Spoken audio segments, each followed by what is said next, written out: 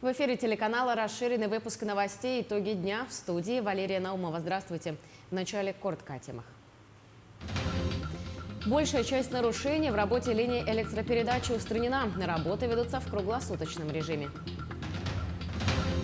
На островке Соснового Бора расположился воркаут и аллея с колоннами об истории Ньюи. Новый сквер появится в Ленском районе. «Пусть победит сильнейший» стартовал финал спартакиады по профессиональным видам спорта среди подразделений противопожарной службы республики. В преддверии профессионального праздника Дня работников леса в Якутске состоялась выставка специализированной техники и другие торжества. Расскажем об отважной профессии и ее героях. Мероприятия, посвященные 390-летию Якутска, не заканчиваются. Сегодня прошла торжественная выписка новорожденных детей. На мероприятии присутствовала наша съемочная группа.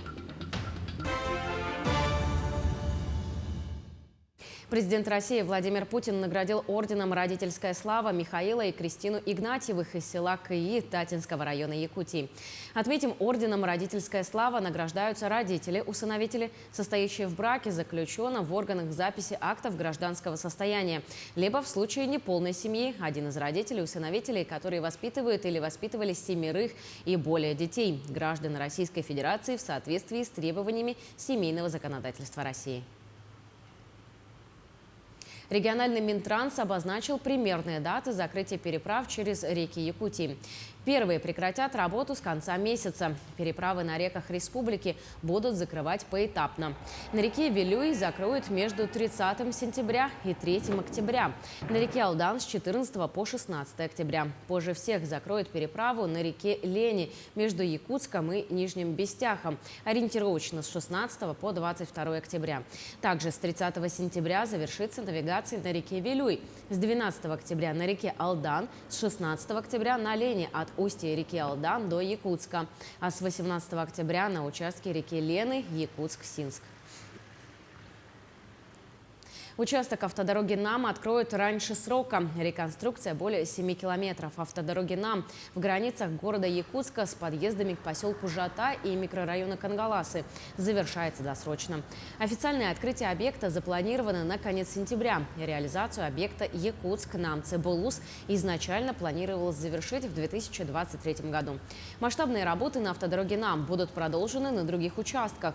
Ранее глава республики Айсан Николаев сообщал, что реконструкция участка от аэропорта до Жатая будет завершена в 2024 году. Энергетики завершают восстановительные работы в Якутске. Работы по устранению повреждений ведутся в круглосуточном режиме. В оперативно-диспетчерскую группу Центрального РЭС поступило 147 заявок от потребителей. Большая часть нарушений в работе линии электропередачи устранена. По состоянию на 18:00 часов 128 заявкам дефекты обработаны. Осталось устранить технологические нарушения в сетях по улицам Первая Пристанская, Дальняя, Белое озеро и Первая база, прокомментировал начальник оперативно-диспетчерской группы Центрального РЭС Николай Спиридонов. В ближайшее время электроснабжение будет восстановлено. Работы по устранению повреждений ведутся в круглосуточном режиме. Сейчас это 9 бригад в составе 39 человек и 14 единиц техники. Во всех филиалах и представительствах Центра занятости населения в очном формате проходит 4-я республиканская ярмарка вакансий для молодых граждан «Траектория карьеры». В столице молодых соискателей пригласили в торговые ряды «Кружала». Программа ярмарки включает в себя ряд мероприятий – от сессий до мастер-классов и тренингов. В том числе молодые люди могут пообщаться с работодателями о вакансиях, условиях работы и возможностях обучения. Соискатели узнают информацию об открытых позициях в компаниях и организациях, льготах, характере и условиях работы. Всего в ярмарке участвуют более 30 работодателей. По 15 направлениям предложено более 4000 вакансий. В нашей республике сейчас достаточно много вакансий, очень много бурно развиваются промышленные предприятия. В этом году Индекс промышленного производства у нас показывает, тоже планируем показать рекордные показатели, и для этого нужны рабочие руки. И кроме этого требуется не только для промышленности, но вот для IT-отрасли развития, для сферы социального обслуживания. И самое главное, для того, чтобы вот найти своих работников, здесь достаточно много, 60 предприятий сегодня будут участвовать, и думаю, что результат будет хороший. Точка роста появилась в Алданской школе с углубленным изучением отдельных предметов. Теперь воспитанники образовательного учреждения еще глубже погрузятся в прикладные науки по выбранным направлениям. На открытии побывал Руслан Павлов. 2 обновленных класса по направлениям химия, биология и робототехника появились в Алданской школе с углубленным изучением предметов. Это 6-я точка роста, которая поставлена на образовательной карте района в этом году. Теперь школьники смогут существенно расширить свои знания и кругозор. Мне кажется, мы будем с ними работать, но, как нам сказал учитель по биологии, то, что мы будем практиковаться, так как мы уже 10 класс будем изучать общую биологию, мы как раз будем практиковаться, изучать все это, пробовать. И, хотелось бы тоже еще записаться на робототехнику, потому что это очень интересно. Точка роста – это федеральная сеть центров образования в рамках проекта «Современная школа». Такие центры предназначены для реализации основных программ и дополнительного образования, естественно-научного, технического, гуманитарного и цифрового профилей. В сфере среднего образования Алданского района таких точек роста уже 14. Я завидую ребятам. В наше время такой возможности не было. И чем больше сейчас они этих возможностей будут использовать, тем успешнее они будут в будущем. Учитель биологии школы с углубленным изучением предметов Тяканова Александра уверена, что новые классы помогут детям определиться с интересами и дальнейшем выборе профессии. По биологии есть направление физиология, это 8 класс. Это то, что связано с человеком, да? Измерять электрокардиограмму. Это еще направленность на медицинский спектр. То есть дети могут, если кто-то выбрал медицинскую направленность в дальнейшем, в образовании в своем, то они могут в практической деятельности сделать какие-то манипуляции, простые физиологические манипуляции. Это очень полезно. В любом случае, все, что новое, все, что связано с техникой, технологией 21 века, это очень интересно и полезно для детей. Впрочем, у школы есть свои внутренние точки роста. В прошлом году между образовательным учреждением и Московским институтом имени Пирогова было заключено соглашение о сотрудничестве. Первые профильные лекции и видеосеминары уже состоялись. То есть наши дети с 7 по 11 класс будут проходить вебинары, обучение, экскурсии по этому институту. И мы, конечно, планируем в дальнейшем возможности вывести детей в этот институт. Вот я думаю, что год продуктивной работы, вот это 22-23, нам уже поставит все точки над «и», и мы будем точно знать, что наших детей ждет в будущем. Работа по укреплению научной и технической базы сферы образования продолжается. Задача до 2025 года – открыть подобные точки роста во всех школах района. Руслан Павлов, Александр Лукин, Алдан. Новый сквер появится в селе Нюя Ленского района. Буквально в октябре должны завершиться работы по его возведению. В центре села на островке Соснового Бора расположился воркаут и аллея с колоннами об истории Нюи. И все это благодаря республиканской программе, в которую попали нюйцы. Прогулялся по новому скверу и наш корреспондент Александр Ильчук. Спортивные объекты и культурное наследие – все это объединили в одном месте в селе Южная Нюя. Через считанные дни местные жители смогут как заняться своей физической подготовкой на тренажерах под открытым небом, так и прогуляться по исторической аллее, где запечатлена на колоннах история Южной Нюи. Когда-то Нюя была одной из почтовых станций Иркутско-Якутского тракта. Здесь останавливался даже писатель Короленко, в честь которого названа одна из улиц Нюи и установлен памятник известному литератору. А теперь увековечит историю и новый сквер. Реализация данного проекта была благодаря участию в конкурсе «Комфортная современная городская среда на территории Республики Саха-Якутия». Идея появления сквера появилась именно в рамках рассмотрения и утверждения генерального плана села Нюя. Было принято решение использовать все-таки уже существующую территорию, где расположен камень скорби политическим репрессиям. Мы проводили общественное обсуждение, жители рассматривали, что будет в этом сквере, и уже приняли решение о том, какие объекты мы расположим. Место для отдыха – это, конечно, отличная идея, но жители Нюи больше волнуют более масштабные проекты. Строительство давно уже обещанного культурно-спортивного комплекса для полноценной организации досуга и, конечно, излюбленная тема – дороги. Хотелось бы, чтобы спортзал старый восстановили, так как молодежь у нас досуга никакого нету.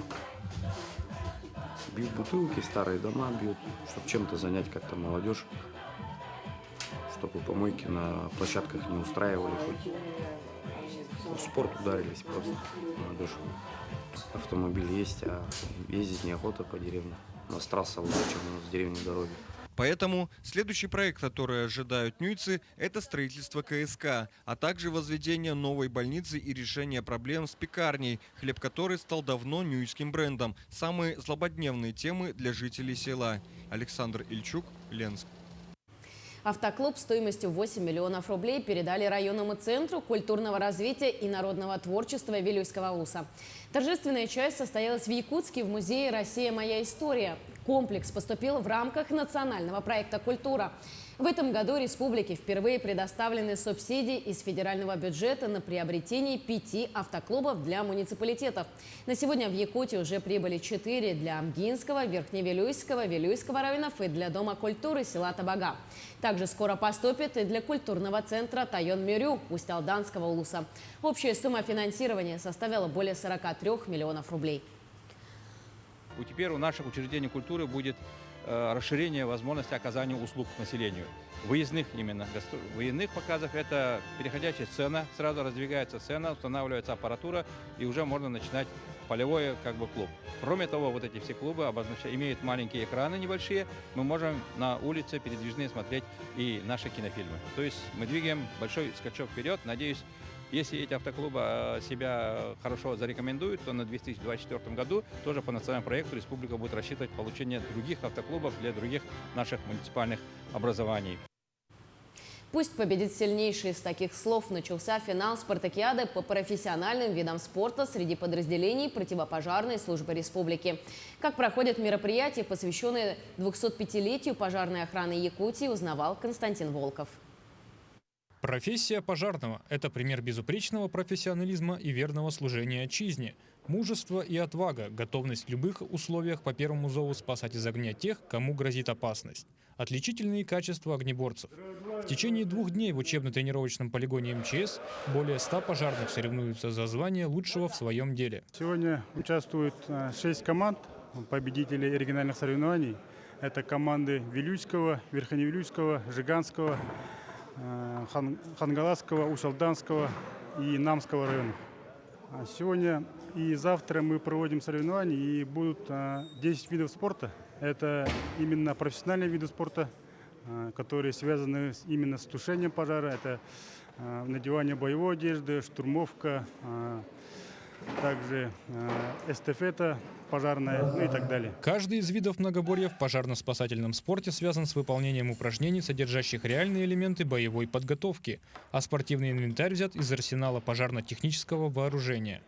В условиях реального возгорания важны не только личные качества огнеборца, но и умение работать в команде. Что самая главная цель этих соревнований уже достигнута, и в процессе соревнования будет только нивелироваться. Это повышение профессионального уровня работников государственной противопожарной службы, слаживание их для действий в экстремальных ситуациях, ну и, конечно, оттачивание мастерства. Вопросы профессиональной подготовки, пригодности и компетентности работников являются одними из приоритетных задач в работе противопожарной службы и комитета по обеспечению безопасности жизнедеятельности населения республики.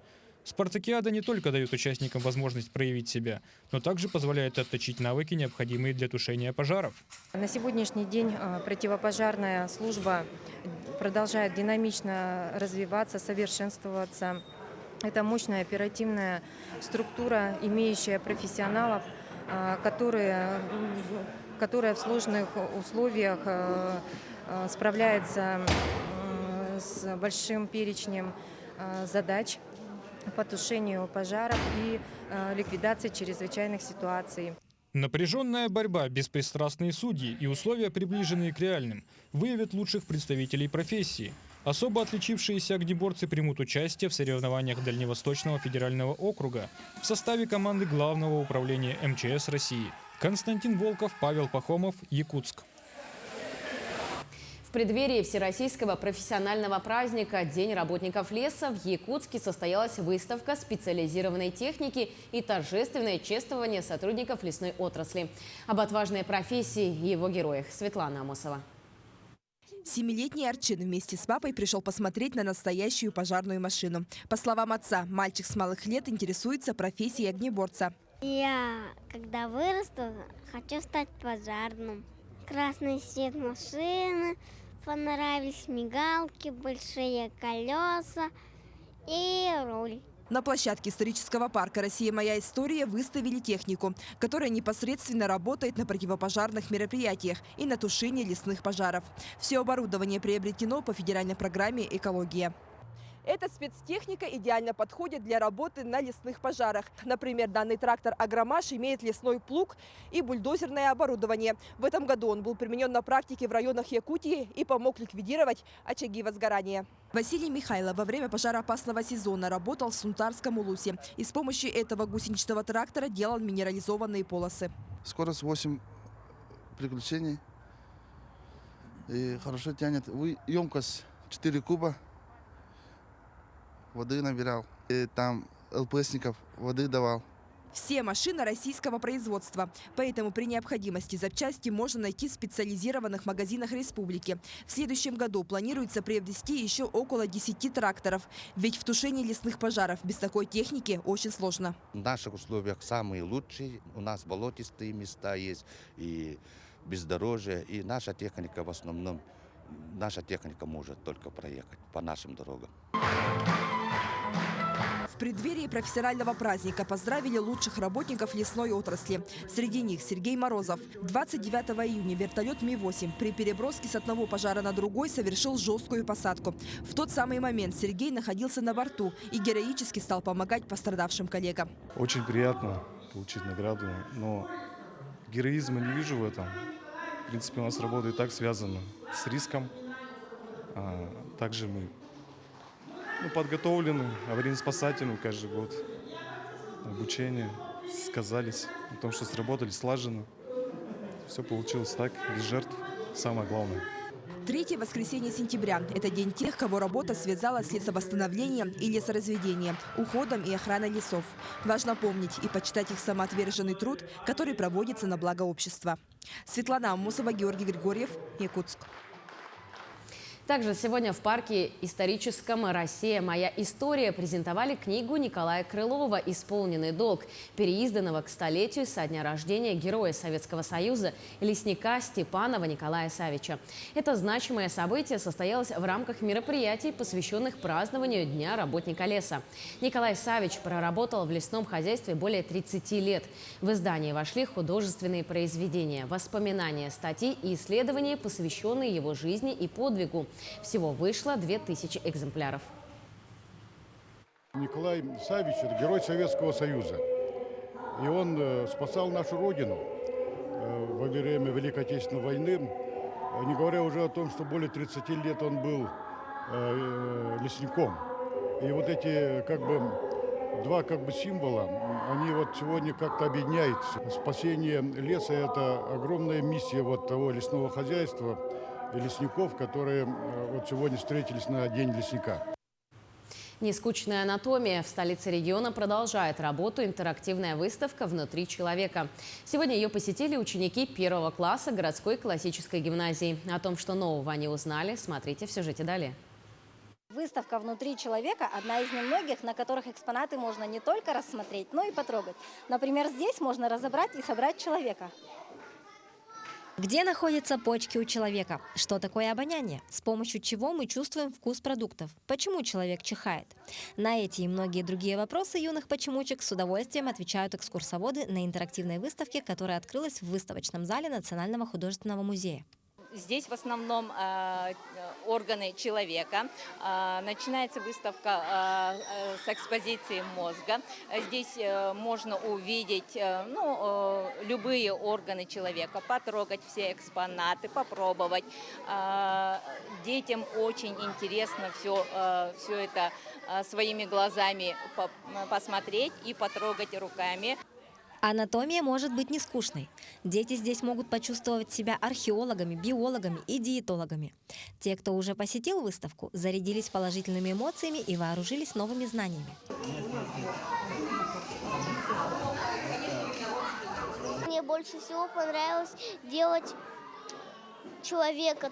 Мне очень понравились эти органы, легкие и сердце. Мне понравилась сегодня эта экскурсия. Особенно смотреть, сколько сахара внутри продуктов. Оказывается, в морковке даже есть сахар. И особенно больше всего в Кока-Коле. После посещения выставки каждому юному посетителю выдается удостоверение юного исследователя. Экспозицию можно посетить по адресу улица Кирова, 12 до 11 декабря. Мария Кардашевская, Семен Семенов, Якутск. Мероприятия, посвященные 390-летию Якутска, не заканчиваются. Так, сегодня прошла торжественная выписка новорожденных детей. С новыми гражданами столицы увиделась Галина Чекурова. Жительнице Якутска Таисии Алексеевой двойное счастье. Она стала матерью двойни. Своих первенцев молодая мама родила утром 11 сентября, в день 390-летия столицы республики. Мужем хотели пойти в день города. Просто он пошел в ночную смену ради меня, чтобы побыть со мной на день города в праздник, посмотреть салюты, потому что срок уже уже пришел, а я нигде не гуляла, нигде не была с мужем. Вот и когда в ночную смену пошел, никто со мной не хотел ночевать, как назло. Потом отошли воды. И все, приехала сюда, муж в панике, там на работе, и сказала, рожаю. Вместе с детьми Таисии на свет появилось еще 7 малышей. По словам главного врача Якутской клинической больницы, мамы и новорожденные чувствуют себя хорошо. Из них 5 девочек и 4 мальчика.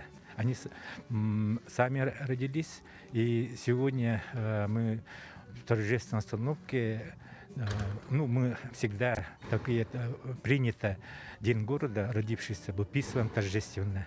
В торжественной обстановке матерям и детям вручили памятные подарки, одним из которых является сертификат «Целевой капитал Дети столетия» на сумму 100 тысяч рублей. Родители могут его использовать для улучшения жилищных условий, на образование детей, на высокотехнологичную медицинскую помощь, на семейный отдых и другие направления.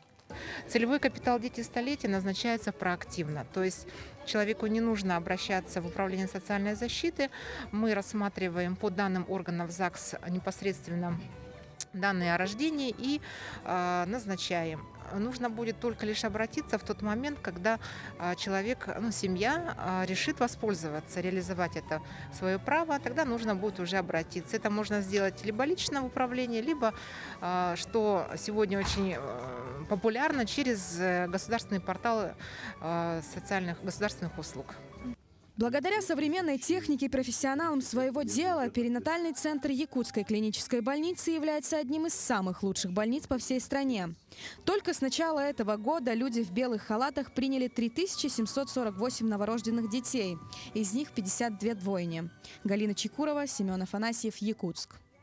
И в завершение о спорте. Павел Пинегин возглавит Олимпийский совет Якутии. В Триумфе состоялось заседание Президиума Олимпийский совет Якутии под руководством министра по физической культуре и спорту республики Леонида Спиридонова, где на пост президента единогласным решением был избран заслуженный мастер спорта СССР, чемпион летних Олимпийских игр в Монреале Павел Пинегин. Вице-президентом стал заслуженный мастер спорта СССР, заслуженный тренер Якутской АССР, серебряный призер летних Олимпийских игр в Монреале Александр Иванов. Олимпийский совет призван развивать и защищать олимпийское движение в Якутии в соответствии с Олимпийской хартией и уставом ОКР, содействовать олимпийскому образованию, физическому и духовному развитию населения. На этом у нас все новости. Всего доброго.